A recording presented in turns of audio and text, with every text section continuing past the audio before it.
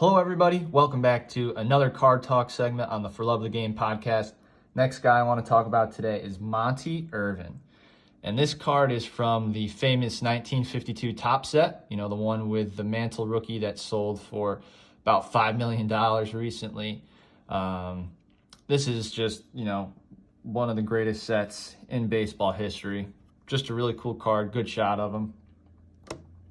This one here is from the 1953 set, and this is slowly becoming, if not quickly becoming, one of my favorite sets of all time. I just love the artwork on it. They call this the painted era of baseball card collecting. Just a couple of cool shots there. And I will point out that Monte is actually spelled differently on both of these cards, just a year apart. So I initially thought it was a misprint. Topps is famous back in the days for their misprints, misspellings, left out birthdays on the back, things along those lines that actually increase the value of the cards. But needless to say, it's not a misprint. Monte actually changed the spelling of his name because on autographs, when he would spell Monte with the Y would run down into other players' names on the ball. So he decided, drop the E, I'm going to change it to Monte with an E. And that's a first little cool story that I found out about him. And the more I read about Monte, the cooler his legacy became. He's just one of those well-respected, class act guys, and some people even say the nicest guy in baseball. And thus, his autobiography's title, Nice Guys Finish First. And this is such a cool story and really gives you some great detail on Monte's life. And I highly recommend that you guys check this book. I'll post a link to it in the description beneath the video here. And Monte lived such an interesting life, and this book has so many cool stories that baseball fans are absolutely going to love. Just to give you an example, it talks about when Monte was about, I want to say 5 years old. He really wanted to play the saxophone. So his mom was like, all right, save up some money, go buy yourself a saxophone. So on his way to the music store to get the saxophone, he came across a sporting goods store and saw a catcher's mitt in the window. And lo and behold, decided to buy the catcher's mitt instead. And lucky for him, he did, because obviously he would go on to have a great career.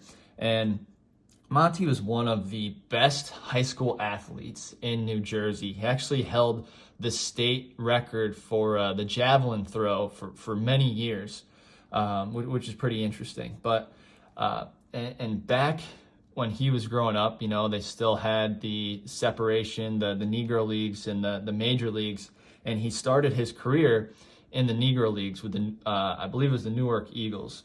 And he has such a unique perspective because he started his career, like I said, in the Negro Leagues, but then was able to transition to the major leagues. So he saw and played with and played against some of the greatest Negro leaguers that have now recently been inducted to the Hall of Fame, like Josh Gibson, Leon Day, Satchel Paige, Roy Campanella.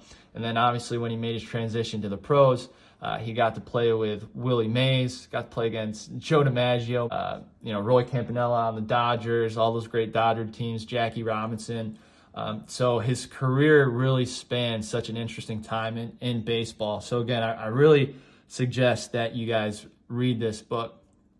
And one interesting story that I actually didn't know was the fact that Monte was pegged as the guy by all the Negro Leagues owners to be the first person to break the color barrier in the major leagues.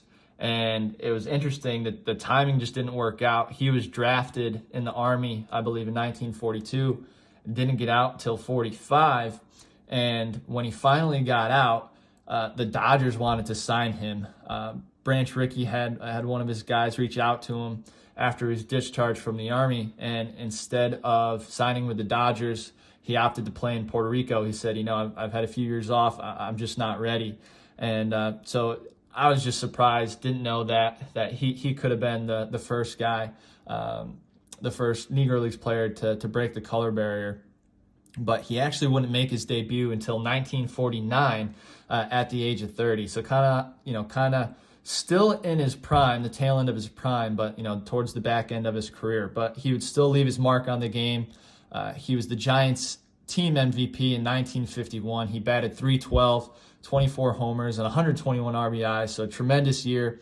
And he led that great comeback. The Giants were, I believe, 13 games behind the Brooklyn Dodgers at the time, and came all the way back, erased the deficit, and on the last game of the season, they ended up tying the Dodgers, which forced a 3-game playoff, which led to Bobby Thompson's walk-off home run, the shot heard around the world against the Dodgers there to put them in the 51 World Series against the Yankees.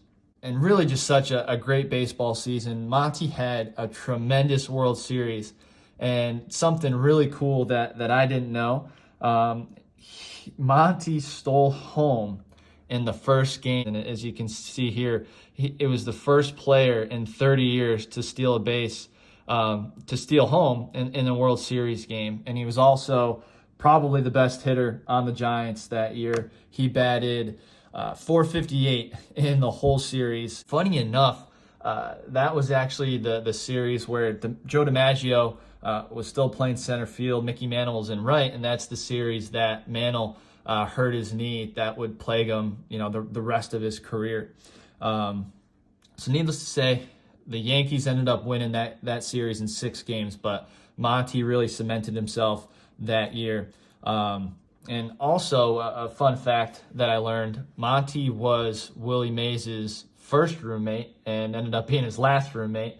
After Monte left the team, Willie didn't have another roommate for the rest of his career, but Monte was really pegged to be Willie's mentor. Monte had been through a lot. He played in the Negro Leagues.